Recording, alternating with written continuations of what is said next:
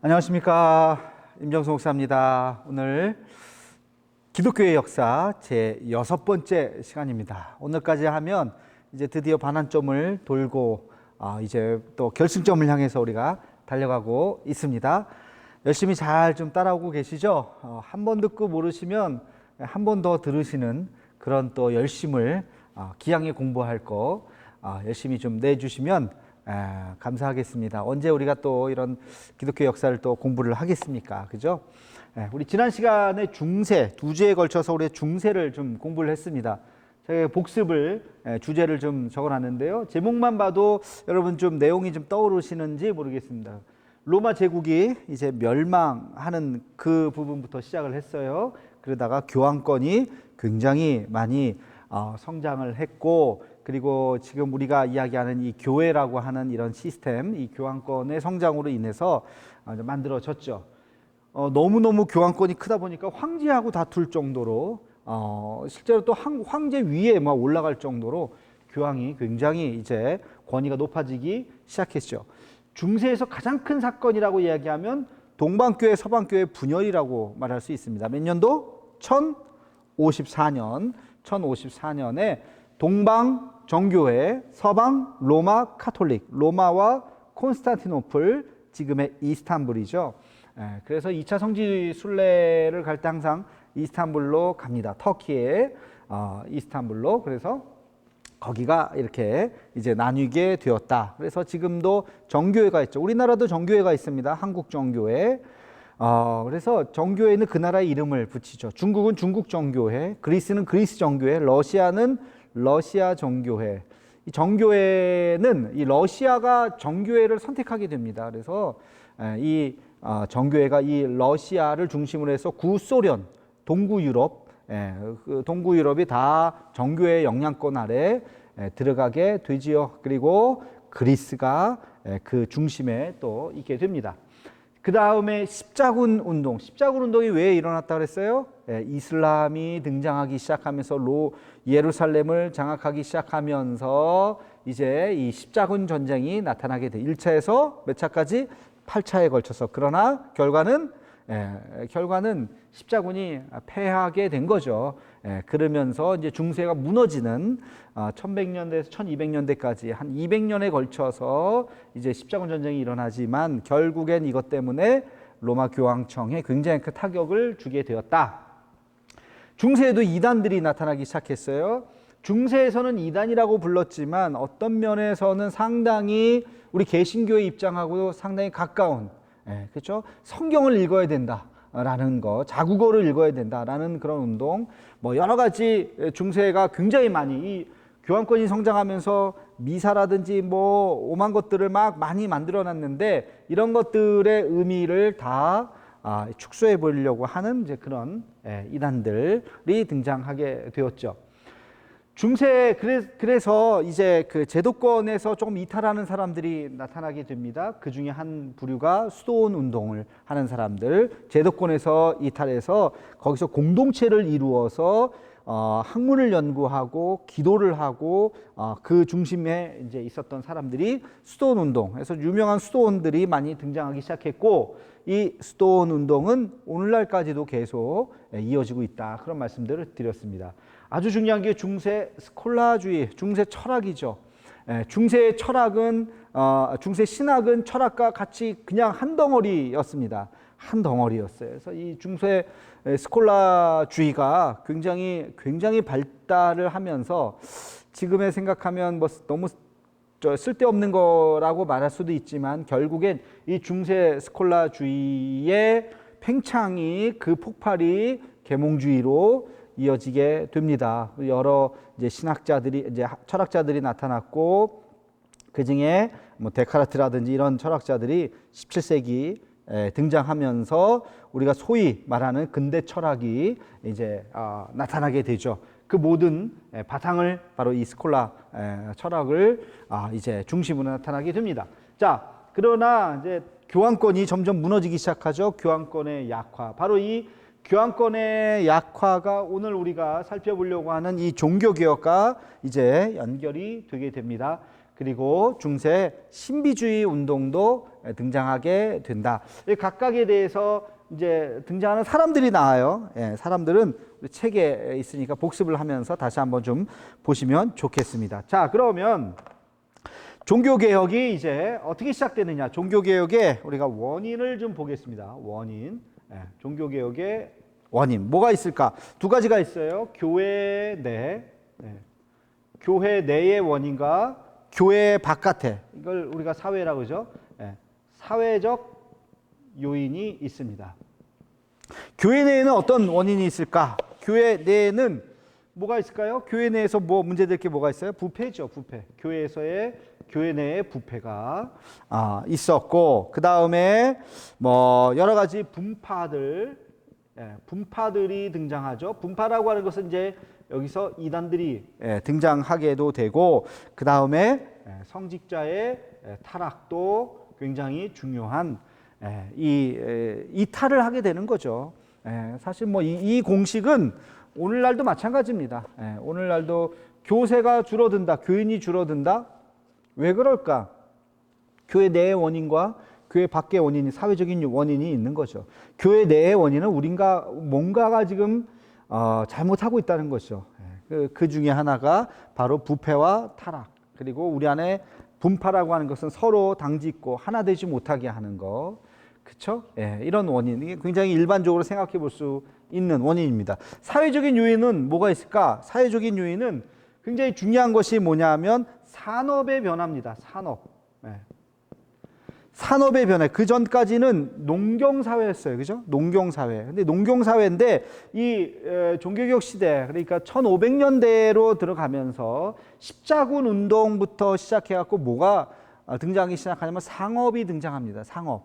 여기 있는 물건을 여기다 갖다 팔고, 여기 있는 물건을 여기다 갖다 팔고, 이런 상업이 등장하기 시작해요. 그리고 이제 배를 타고 가야 되잖아요. 조선업이 등장하기 시작하고, 그리고 이제 광물을 캐와 가지고 보석을 만들고 하는 이런 뭐 광산업이라든지 뭐 이런 여러 가지, 예전에는 그냥 농사만 짓고 먹고 살았는데 농사 외에 다른 이제 산업들이 발전을 하기 시작합니다.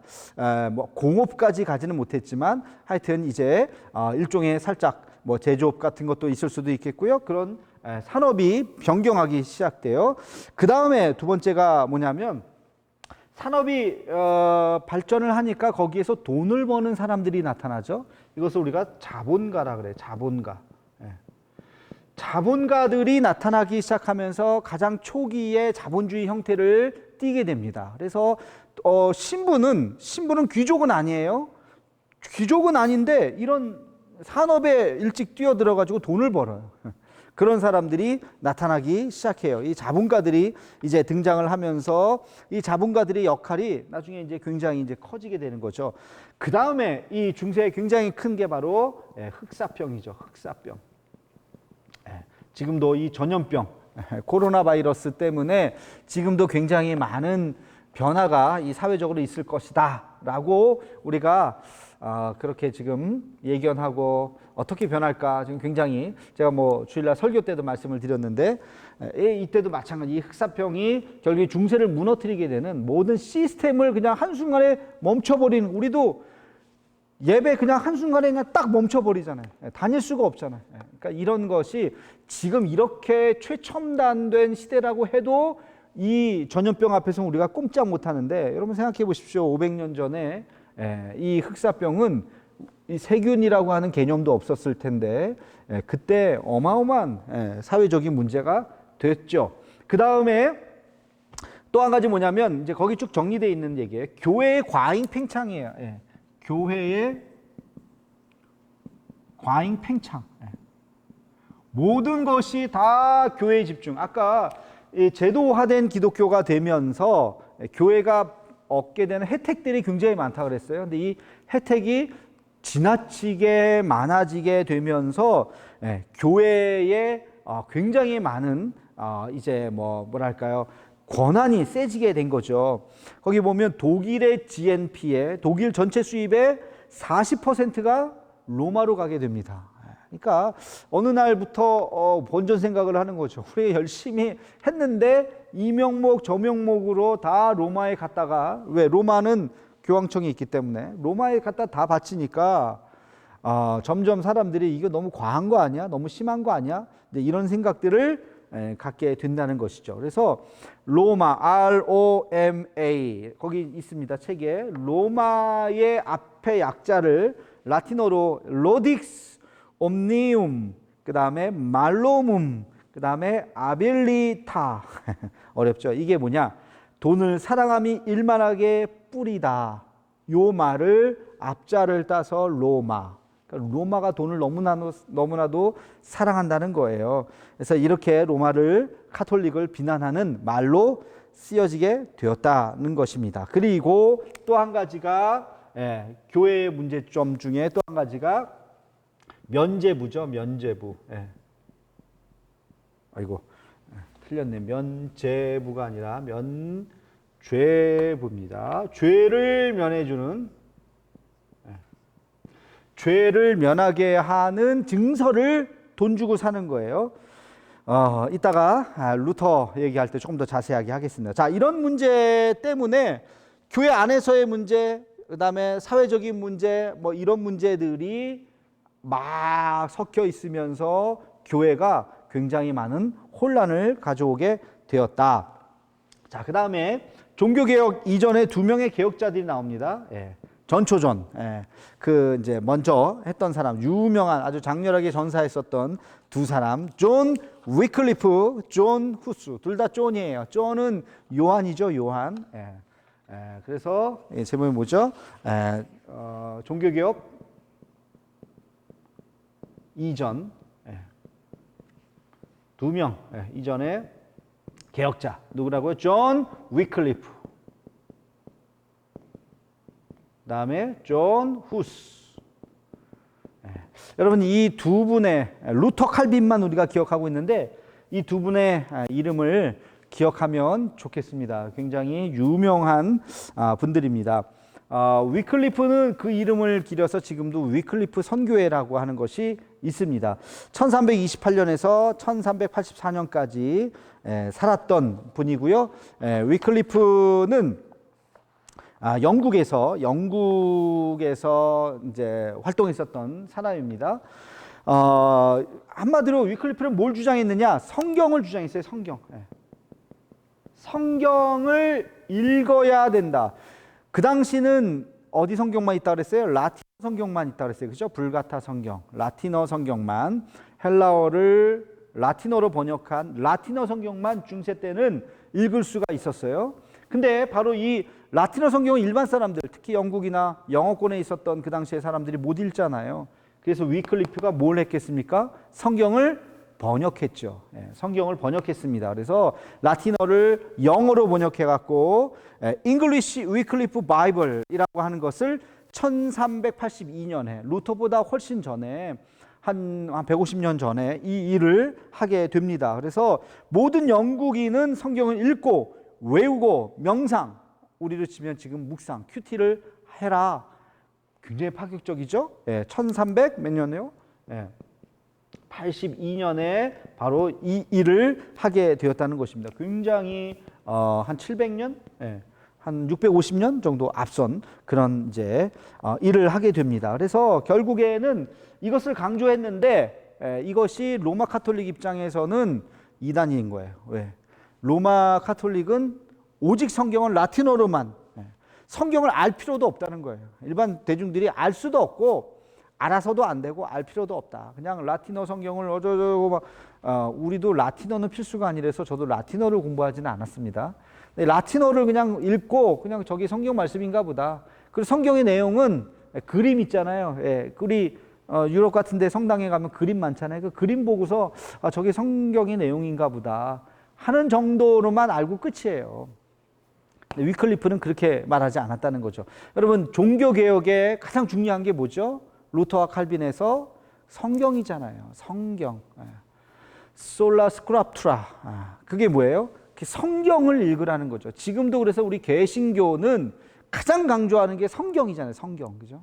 그래서 이 성경에 대해서. 그래서 위클리프는 그냥 이 주장을 하다가 늙어서 죽었어요. 근데 어떻게 됐냐? 1415년에 콘스탄스 회의에서 이 위클리프가 이단이다. 이미 죽었는데 그래서 무덤을 팝니다. 무덤을 파가지고요. 그 뼈를 추려가지고 그 뼈를 화형시켜 버려요. 그러니까 앞으로 이딴 짓거리 하면은 가만 안 둬 이런 거죠. 경고죠, 경고. 그 다음 사람들에게. 그러니까 이 정도로 아주. 그런데 위클리프는 뭐 다행이라고 하면 뭐 늙어서 죽었으니까. 후스는 어떻게 됐느냐? 아이고 시대를 조금 잘못하고 나갔고, 후스는 체코 사람이에요. 네, 후스도 똑같이 얘기했어요. 성경을 강조해서 성경이 최고의 권위다. 뭐 지금 치면은 맞소 하잖아요. 근데 그 말은 로마 카톨릭에 있어서는 굉장한 도전이에요. 왜? 최고의 권위는 누구예요? 교황이에요, 교황. 교황의 말이 최고의 권위여야지 되는데, 그러니까 교황의 말이 성경 위에 있습니다. 지금도 그래요. 지금도 뭐 위라고 말하진 않지, 거의 동급 수준이에요. 근데 이 후스가 뭐라고 얘기했대요? 성경이 최고의 권위다라고 하니까 이 교황이 이제 열받은 거죠. 그래서 이 교황이 이제 후스를 이제 미워하기 시작합니다. 거기에다가 또 예배에서 가장 중요한 게 뭐냐? 예배에서 가장 중요한 거. 여러분, 우리 예배에서 가장 중요한 거 뭐라고 생각해요? 설교. 뭐 다 중요하지만 그중에 그렇죠? 설교가 차지하는 포지션이 제일 크잖아요. 60분 예배 중에서 설교가 한 30분 차지하잖아요. 지금 우리 개신교는 다 말씀 중심의 예전이라고 이야기합니다. 말씀 중심의 예전. 근데 카톨릭 미사 한번 들어보셨나요? 그냥 한번 뭐 교양 삼아 한번 가서 보시는 것도 뭐 나쁘지는 않습니다. 그냥 구경 삼아. 저는 예전에 그 카톨릭 그 유럽 여행을 어렸을 때 20대 때 다니면서 유럽의 어느 도시에 가서 주일날 그 미사를 그때 드렸던 기억이 나요. 그래서 하여튼 그러는데 미사 때 설교는요 한 운동 만 운동이에요. 5분, 10분? 10분도 안 하는 것 같아요. 한 5분 뭐 한 운동 끝났네 벌써. 그냥 뭐 몇 마디 광고인 줄 알았어요 저는. 광고처럼 하고 그냥 끝나는 거예요.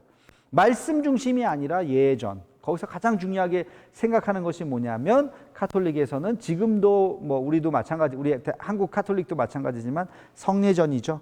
다 나와서 매주 성찬을 베풉니다. 근데 잔은 안 줘요. 떡만 줘요. 여러분 이렇게 생긴 거 과자 이렇게 짓느긴 것처럼 뭐라 그래야 되나 그런 거 있잖아요. 이렇게 그거를 이렇게 하나씩 먹여줍니다.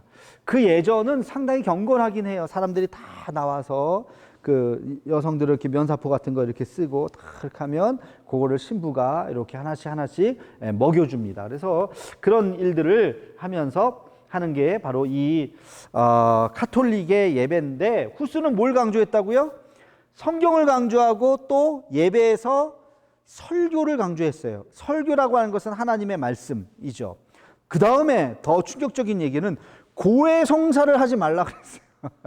지금도 고해성사가 얼마나 중요합니까? 근데 고해성사, 사람에게 하는 고해성사 필요 없다고 이제 그렇게 이야기합니다. 뭐 이런 일들을 막 얘기하니까 후스의 이야기를 전해 듣고 이제 광분을 했죠. 광분을 해서 1415년에 이제 콘스탄스 회의에 이제 그 출두를 해서 변명의 여지도 없이 바로 그냥 화형을 시켜버립니다. 어느 나라 사람이라서요? 체코. 여러분 체코 프라하 가보셨나요? 프라하 저는 가봤어요. 예전에.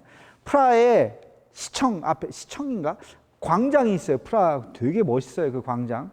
광장에 이건 나중에 자료화면 사진으로 한번 좀 너무 딱 사진이 한 사람이 딱 그 높은 광장에 이렇게 동상이 하나 멋지게 딱 있습니다. 이렇게 딱 하고 있어요. 이 사람이 바로 얀 후스예요. 얀 후스. 후스상이 거기에 딱 있습니다. 굉장히 여러분 이 얀 후스가 나중에 이 후스가 그 지역이 보헤미안 지역이에요. 보헤미안. 그래서 이 보헤미안 사람들이 이 후스를 굉장히 이제 그 시신도 모실 뿐만 아니라 이 후스를 아주 그냥 굉장히 이제 생각을 한 거죠. 다른 제자들이 됐죠. 그래서 이 보헤미안들이 나중에 어떻게 됐냐면 모라비안이 됩니다. 모라비안 들어보셨나요? 모라비안들이 굉장히 경건한 자기들의 그룹인데 이 모라비안이 누구에게 영향을 줬어요? 요한 웨슬레에게 영향을 줍니다. 그래서 요한 웨슬레가 회심을 하는데 바로 모라비안의 신앙을 보고 요한 웨슬레가 회심을 해요. 그래서 요한 웨슬레가 어떻게 돼요? 18세기에 영국을 완전히 변화시키잖아요. 그게 감리교잖아요. 그러니까 이게 이 후스가 비록 이렇게 붙잡혀서 화형을 당하고 죽었지만 이 후스의 이 정신은 끝까지 쫙 이어지게 됩니다. 그래서 굉장히 이 두 사람 위클리프와 후스 뭘 강조했다고요? 성경을 그렇게 강조했었던, 우리로 치면 너무 지극히 당연한데 가톨릭에서는 그것을 금지했었기 때문에 이런 문제가 됐다 하는 거 두 가지 여러분 기억하시고, 그 다음에 이제 세 번째, 여긴 좀 지우겠습니다. 세 번째 아주 중요한 종교개혁의 큰 줄기, 이거 정리를 한번 해볼게요. 종교개혁 큰 줄기가 있어요. 종교개혁의 큰 줄기 5개의 줄기가 있습니다. 여러분 요거를 한번 좀 기억하면 좋겠어요. 첫 번째, 종교개혁이 유럽에서 나타났어요. 그 중에서 종교개혁자 하면 제일 먼저 떠오르는 사람 누구예요? 루터이지 않습니까? 루터가 어느 나라 사람이에요? 루터는 독일 사람이죠. 그래서 독일의 종교개혁이 일어납니다. 이때까지만 하더라도 아직 나라의 개념이 정확하게는 없었지만 그러나 어느 정도 구분은 있었어요. 그래서 이 종교개혁, 마틴 루터, 또 멜랑이톤, 루터의 마지막까지의 동역자 멜랑이톤, 따라해볼까요? 멜랑이톤. 루터와 이 멜랑이톤이 있습니다. 그 다음에 스위스의 종교개혁, 여러분 스위스의 종교개혁 바로 칼빈입니다. 칼빈이에요. 깔뱅이라고 그랬죠. 이 칼빈이 등장하는데 한 30년 차이가 나요. 나이는 루터가 더 나이가 많습니다. 근데 이 칼빈은 제네바에서 종교개혁을 일으킵니다. 그래서 여러분 유럽 여행, 요즘은 뭐 갑자기 여행도 못 가고 참 언젠간 또 갈 수 있을 겁니다. 스위스 제네바에 가면 거기 제네바 대학이 있어요. 거기에 종교개혁상 4명의 부조가 딱 있습니다. 굉장히 유명한 거예요. 이것도 좀 자료화면 좀 넣으면 좋겠다. 안 넣으면은 그냥 찾아보세요. 그래서 거기에 이제 칼빈이 딱 있습니다. 이 칼빈, 존 칼빈이 제네바에서 하여튼 제네바. 그 다음에 찌빙글리가 있어요. 찌빙글리. 다음 시간에 종교개혁 2번 할 때 이 칼빈 얘기를 조금 더 하게 될 겁니다. 그 다음에 세 번째, 영국의 종교개혁이 있습니다. 영국은 물론 이제 나중에 영국의 성공회를 우리가 이야기하게 되겠지만, 그 다음 시간에 얘기하겠지만, 영국의 성공회 얘기하기 전에 이제 굉장히 중요한 사람이에요. 존 낙스. 녹스라고도 하고, 낙스라고도 하죠. 존 낙스. 그러고 보니까 다 존이 많네. 존 위클리프, 존 후스, 존 웨슬레, 다 존입니다. 존 낙스.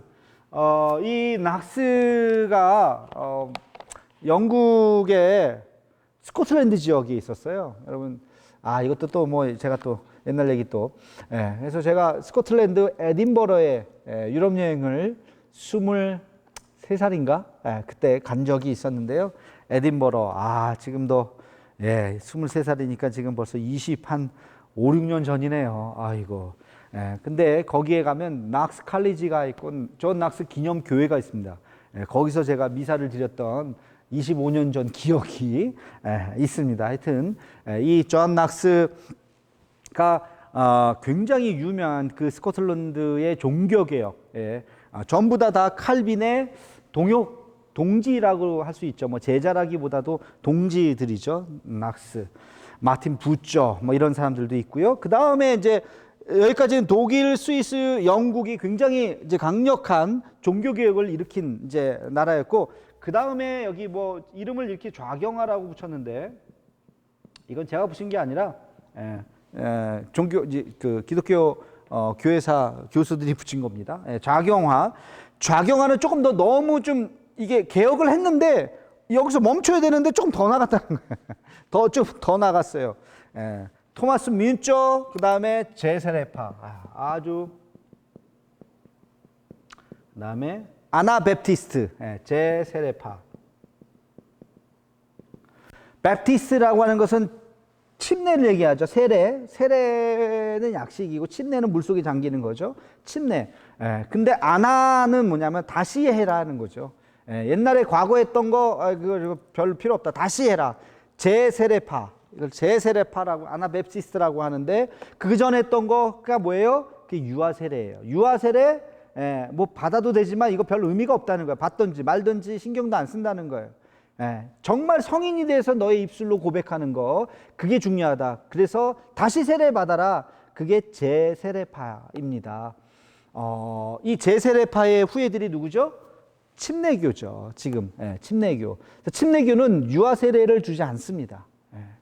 우리 장로교는 유아 세례 되게 중요하게 생각해요.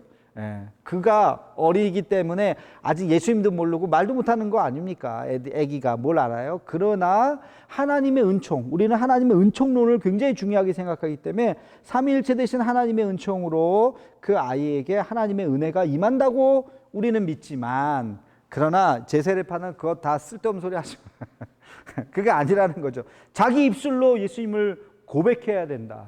침례교가 어떤 면에서 굉장히 그런 좀, 그래서 이걸 좌경화라고 얘기해요. 토마스 뮌처 얘기는 나중에 나올지 모르겠는데, 토마스 뮌처는 뭐라고 표현해야 될까요?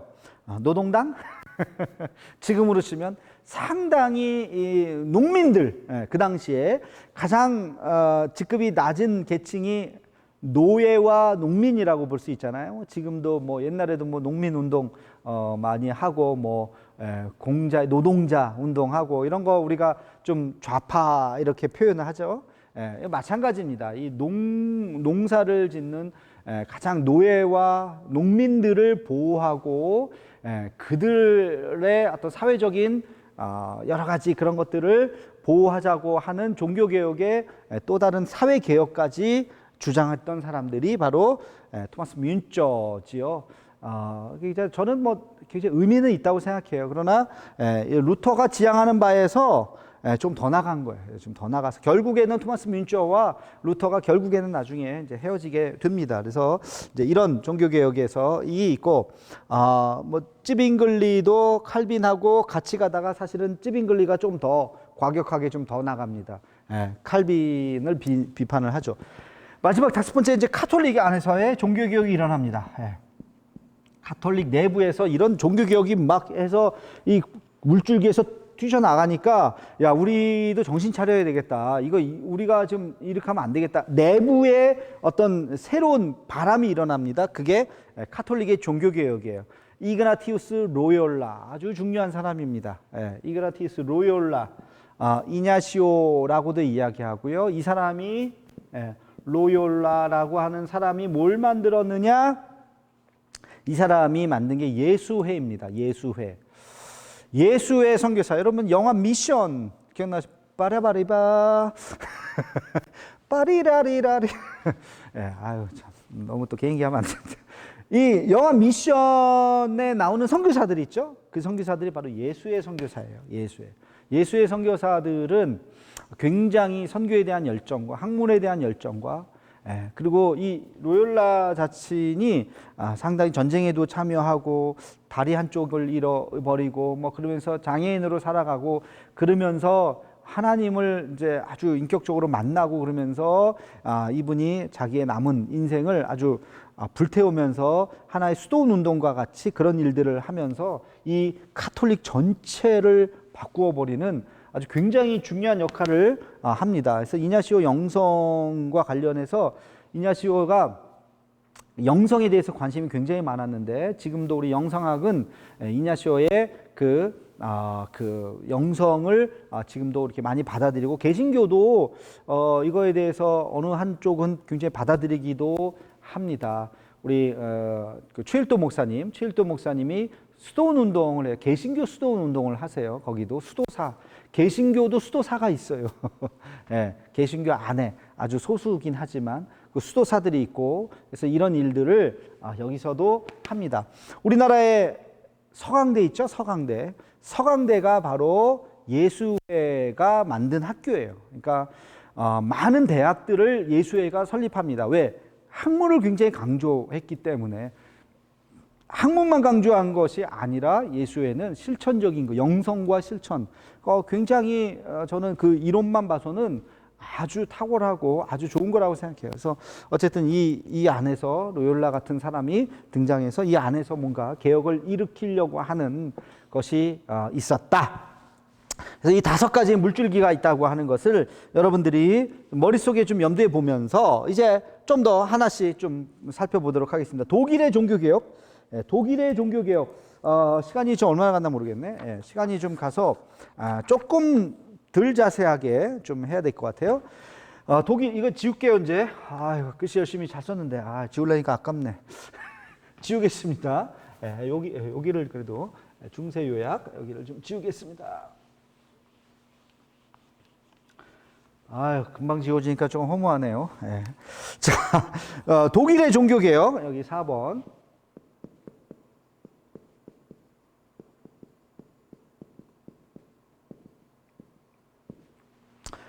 독일의 종교개혁을 보면, 거기에 보면 이제 뭐 성공한 이유 쭉 나오는데, 독일이 이제 그 루터가 어떻게 해서 성공을 할 수 있었느냐. 아까 얘기했죠. 독일 사람들이 생각할 때 자기네 GNP의 40%가 다 로마로 갔기 때문에 그거에 대한 불만, 그리고 그 당시에 제후들, 영주들이죠. 7개의 지역으로 나뉘어져 있었다는 거예요. 그래서 이 7개의 영주, 그러니까 황제의 권한이 점점 축소되고 그러면서 영주들의 세계가 된 거죠. 그 중에 프레드릭이라고 하는 한 영주가 프레드릭이 이 루터를 보호해 주죠. 루터를 보호해 주고 그 당시 아까 이때부터 1300년부터 운동들이 계속 일어나잖아요. 그러니까 사람들의 인식 속에 이게 뭔가 좀 카톨릭이 뭔가 잘못하고 있는 거 아니야? 라는 생각들을 막 하고 있었다는 거죠. 거기에 현실적인 문제, 이거 재정에 대한 현실적인 문제들도 있다 보니까 이제 루터라고 하는 사람이 하나의 명분을 제시한 거죠. 왜? 루터가 누구를 깠어요? 로마 카톨릭을 깠어요. 감히 카톨릭은 하나님의 어떤 영적인 거잖아요. 그죠? 하나님의. 그러니까 여기를 불만은 있는데 말은 못 하겠고 그러는데 바로 이 루터라고 하는 사람이 나타나서 로마의 치부를 그냥 드러내면서 로마 카톨릭이 잘못했다고 하는 것을 이야기했더니 여기서 바로 콜 받아준 거죠. 두 명분이 있네. 그러면서 이 선제후가 프레드릭 선제후가 루터를 품게 되죠. 그래서 이제 그런 일이 이제 일어나게 되는 게 굉장히 이게 시대랑 딱 맞은 거예요.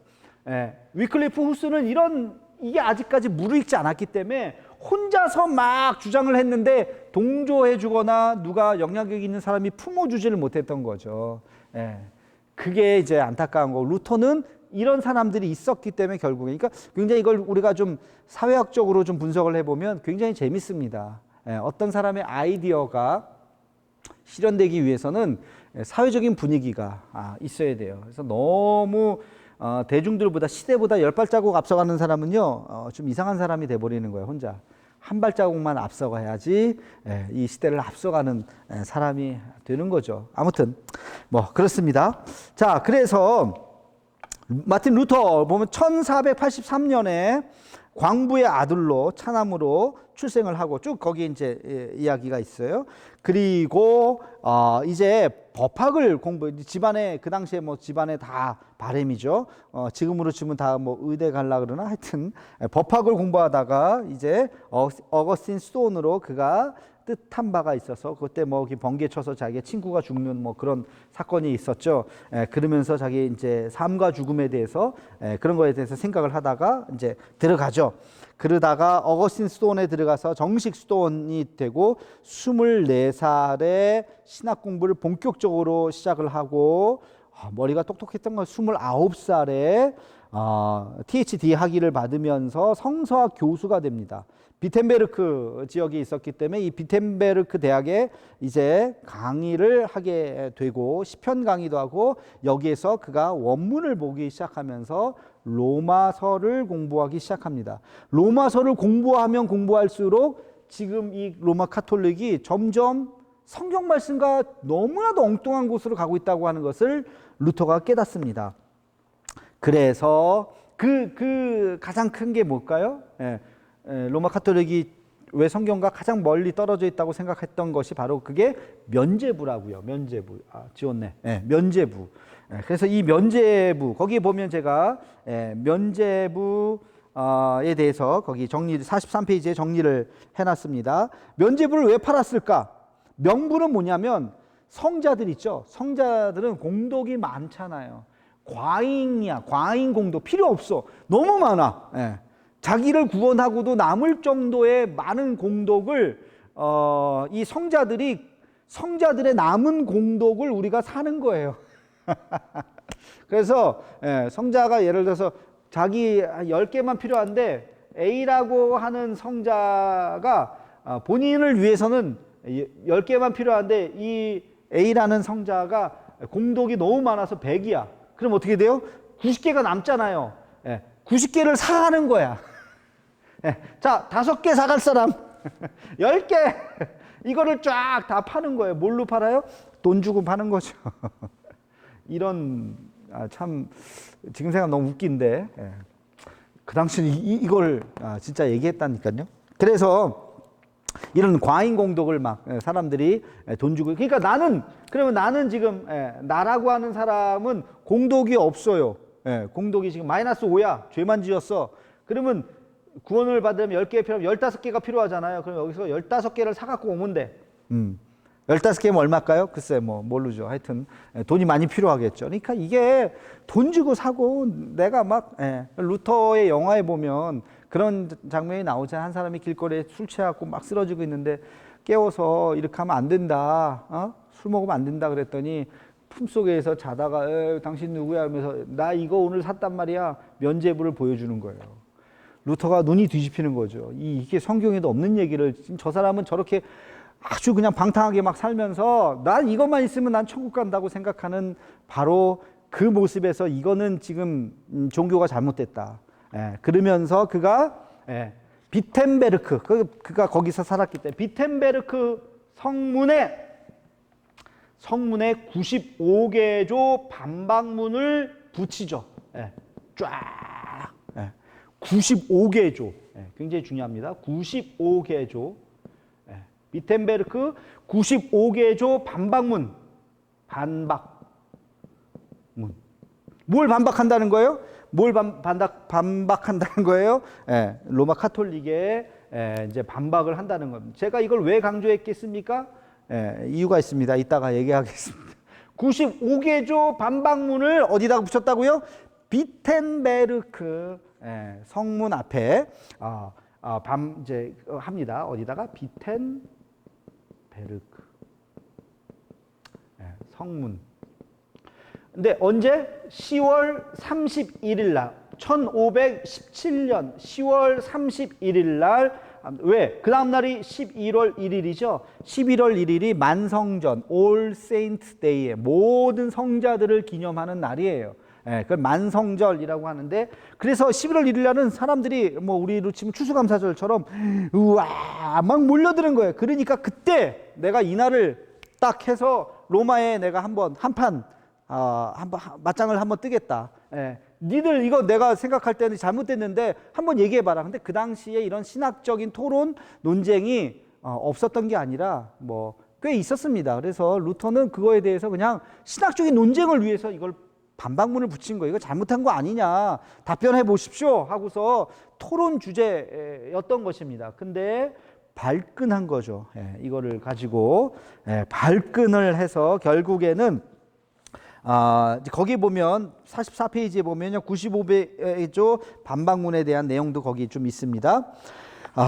결국에는 이제 로마가 이걸 보고서 발끈을 해가지고 저놈 잡아봐라. 그래서 재판을 합니다.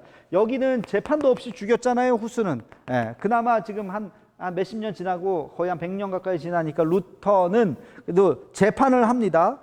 재판을 했는데 여기 보니까 이제 교회 루터가 이제 쓴 책들을 카톨릭에서 전부 다 불태워 버리죠. 그래서 1520년, 1517년에 이 일이 일어나고 1520년에 루터도 대단해. 루터도 교회 법규집 로마 교황청에서 발행한 이걸 불태워 버리고요. 도덕 철학서 불태워 대교서 이런 것들을 루터도 맞짱을 뜹니다.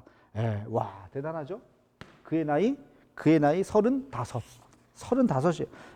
요때쯤 되면 한 38 정도 됐겠네. 그러니까 굉장히 그 30대의 젊은 혈기. 와. 그리고 나서 21년에 어떻게 됐냐면 루터를 파문합니다. 이단자. 그리고 찰스 5세에게 즉시 체포해라. 그리고 처형하라. 3년 만에 그렇게 됩니다. 그리고 21년에 보름스 국회에 출두합니다. 1521년 보름스. 굉장히 중요한 거예요. 이 보름스 국회. 보름스 국회에서 그가 이제 신문을 받죠. 종교 재판을 하는 거예요. 거기서 너의 주장을 철회하라. 잘못했다고 용서를 구하면 우리가 자비를 베풀겠노라. 이제 그런 거 하죠. 거기에서 네, 내가 죄송합니다라고 말했던 사람이 있었죠. 옛날에 갈릴레오 갈릴레이 지동설을 얘기했는데, 야 어떻게 지동설이야? 천동설이지. 하늘이 도는 거지 지구가 돌아? 너 이거는 성경의 창조의 원리를 네가 지금 깨트리는 건 너 이단이지. 이제 그래서 너 이거 철회하지 않으면 너 화형이다. 그랬더니 갈릴레오가 죄송합니다. 내가 착각했네요. 그게 갈릴레오였죠. 그러면서 재판 문 밖을 나가면서 뭐 실제로 그랬는지 뭐 그래도 지구는 돈다 뭐 이런 얘기를 했다는 에피소드가 있잖아요. 근데 루터는 여기서 나는 철회할 수가 없습니다. 난 철회하지 않겠습니다. 와, 이거를 각오하는 거, 화형을 각오한 거예요. 그러면서 Here I stand, God help me. 주님 내가 여기 서 있습니다. 나를 도우소서. 루터가 그런 일을 하죠. 그래서 이 집으로 돌아가는 길에 저놈을 잡아라 그랬는데 먼저 도착을 해서 루터를 먼저 데리고 간 사람이 있었어요. 그게 누구라고요? 프레드릭 선제후가 루터를 일단 붙잡아라. 우리가 보호해 주리라. 루터를 딱 그 성에 딱 가둬놨습니다. 보호해 준 거죠. 그때 이제 로마가 들이닥쳤어요. 루터 보내줘. 루터 데리고 나와. 그러니까 안 된다.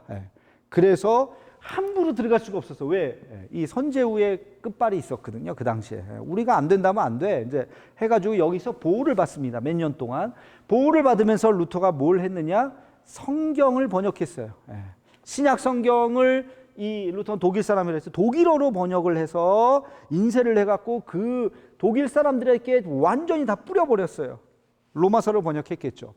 로마서에 봐라. 오직 의인은 믿음으로 말미암아 살리라. 이게 이 루터의 모토입니다. 이런 일이 이제 벌어지게 된 거예요. 그리고 종교개혁의 3대 원리, 오직 믿음으로 솔라 피데, 오직 성경으로 솔라 스크랍투라, 그리고 오직 은혜로 솔라 그라시아. 솔라 그라, 하나님의 은혜. 뭐가? 구원이 하나님의 은혜로. 이거 좀 써놔야겠네. 오직 은혜. 하나님의 은혜로 구원받는다. 두 번째, 오직 성경. 모든 것 하나님의 말씀. 그 다음에 오직 믿음. 솔라 피데. 믿음. 이거는 뭐에 대한 반박일까요? 뭐에 대한 반박일까요? 행위에 대한 반박입니다. 이거는 성경이라고 하는 것은 교황들의 칙서라든지 교황의 말, 교권, 교권이 아니라 성경, 행위가 아니라 믿음, 그 은혜도 마찬가지. 모든 것은 하나님의 은혜. 그러니까 구원은 면죄부가 아니라는 거죠. 예, 면죄부. 면죄부가 아니라 하나님의 은혜로 임한다. 이 세 가지가 루터가 이야기했던 아주 중요한 세 가지의 3대 원리죠. 그리고 멜랑이톤이 루터를 끝까지 함께 하면서 몇 년도냐면 1530년에 신앙 고백서를 이야기합니다. 지난 주일날 제가 신앙 고백서 이야기를 했었어요. 그죠? 신앙 고백서 중에 종교개혁 때 신앙 고백서들이 막 나왔다 그랬어요. 그 중에 바로 첫 번째 작품이 멜랑이톤이 만든 겁니다. 멜랑이톤이 만든 종교개혁 그 신앙 고백서. 그게 뭐냐면 아우구스부르크 신앙 고백서예요. 아우구스부르크는 이제 도시 이름이죠. Confession, 신앙 고백서. 아우구스부르크 신앙 고백서가 이제 1530년에 루터의 정신을 담은, 근데 실제로 쓴 거는 멜랑이톤이 쓴 거죠. 그래서 이 종교개혁 신앙 고백서가 나옵니다. 이 이후에 루터도 칼빈도 그렇고 신앙 고백서가 계속해서 많이 나왔다. 제가 지난주 설교 때 요거 좀 말씀을 드렸습니다. 교회사에 공부 열심히 하시는 분들은 이렇게 설교도 쏙쏙쏙쏙 들어오지 않을까, 그런 생각을 합니다. 아무튼 뭐 이런 이제 결과로 해서 이제 마지막에 아우구스부르크 요 얘기만 하고 마칠게요. 신앙 고백서는 1530년 멜랑이톤의 작품인데 여기에는 뭐냐면 이제 연옥설, 성자숭배, 화채설, 만인제사장설을 다 빼고 기록했다. 이것은 로마 카톨릭과의 어느 정도의 이제 화해를 좀 한 거죠. 화채설 이거는 이제 좀 기니까 나중에 다시 한번 말씀을 드리고, 그래서 결국엔 이 신앙 고백을 우리가 카톨릭과 다른 이 신앙 고백, 아우구스부르크의 이 신앙 고백을 한 사람이 이제 새로운 하나의 종교를 우리가 만들고 있다라고 하는 것을 이야기를 하는 것입니다. 뭐 자세한 거는 나머지는 거기에 좀 이야기 읽어보시고요. 결국에는 루터를 붙잡을 수가 없었던 거죠. 그러니까 루터를 가둬둘 수가 없었던 거죠. 로마 카톨릭이. 그러면서 이것이 이제 성공을 하자 그 당시에 불일 듯이 막 일어나게 됩니다. 여러분 한 가지만 더 마지막에 말씀드릴게요. 루터하고 같이 젊은 시절 야 이거 카톨릭이 뭔가 문제 아니야? 라고 이제 막 얘기했었던 사람이 있었어요. 그 사람이 누구냐면 에라스무스입니다. 에라스무스는 인문주의자라고도 해요. 굉장히 에라스무스도 굉장히 개혁적인 사람이었어요. 우신예찬 뭐 이런 걸 쓴 이 에라스무스와 루터하고 젊은 날 이 카톨릭에 대해서 뭔가 잘못됐다는 것을 이야기했지만 결국엔 루터는 등 떠밀려서 이 카톨릭의 범주를 벗어나서 개신교라고 하는 것을 만들 수밖에 없었고, 에라스무스는 같이 가다가 야, 이 선은 넘어가면 안 돼. 카톨릭의 바운다리를 이 선을 넘어가선 안 돼. 에라스무스 여기까지 갔다가 다시 들어갑니다. 그래서 에라스무스는 다시 카톨릭 안으로 멈춰져 있었고, 루터는 결국엔 이 선 밖을 나가게 되죠. 그러면서 새로운 개신교라고 하는 그런 하나의 뭐 종단, 종파 그런 거를 만들게 되죠. 그래서 우리가 이 카톨릭을 생각하는 게 두 가지예요. 나중에 얘기하겠지만 카톨릭을 생각하는 게 우리랑 그래도 먼 친척벌 되는 그래도 형님이다. 그래도 우리 여기서 나왔으니까 중세 우리 기독교 2000년 동안 1500년 동안은 같이 갔잖아요. 같이 갔다가 거기서 이제 워낙 잘못한 것들이 많으니까 이렇게 나왔다. 그래서 그래도 조금 친한 척 하려고 생각하는 사람이 있는 반면, 야 여기는 사탄이야 사탄. 절대 여기랑은 손도 잡으면 안 돼. 여기를 아주 사탄 취급하려고 하는 사람들도 있어요. 이 개신교 안에는. 그래서 이게 이제 어디서 나왔던 이 카톨릭에서 세례를 받은 사람들 있잖아요. 영세를 받은 사람을 여기서 인정해 줄 것인가 인정해 주지 않을 것인가.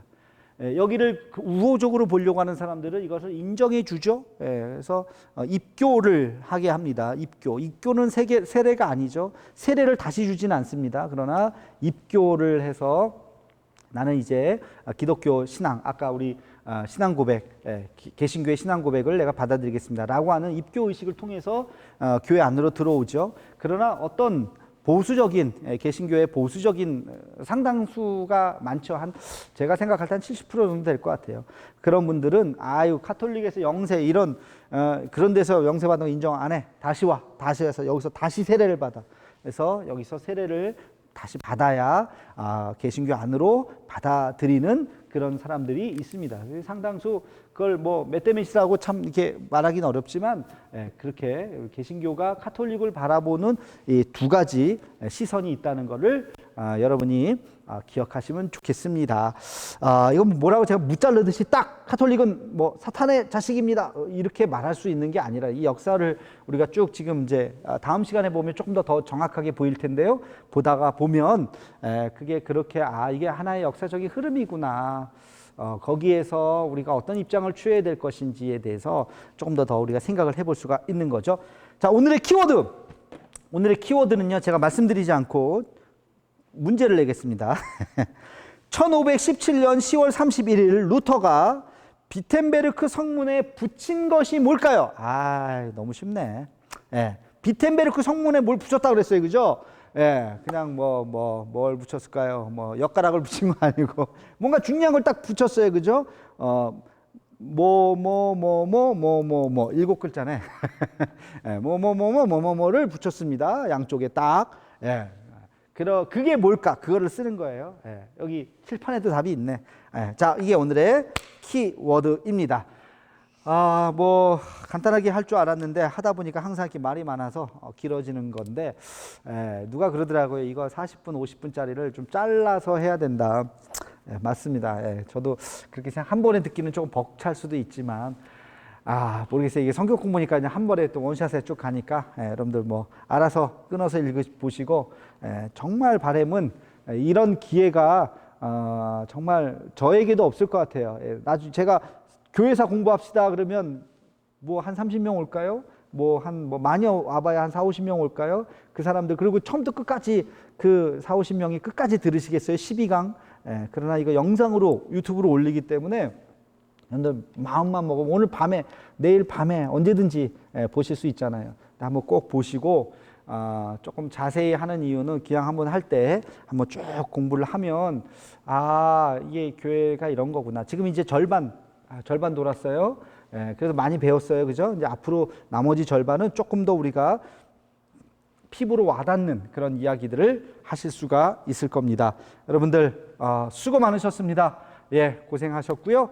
하여튼 열심히 또 끝까지 잘 들어주시면 감사하겠습니다.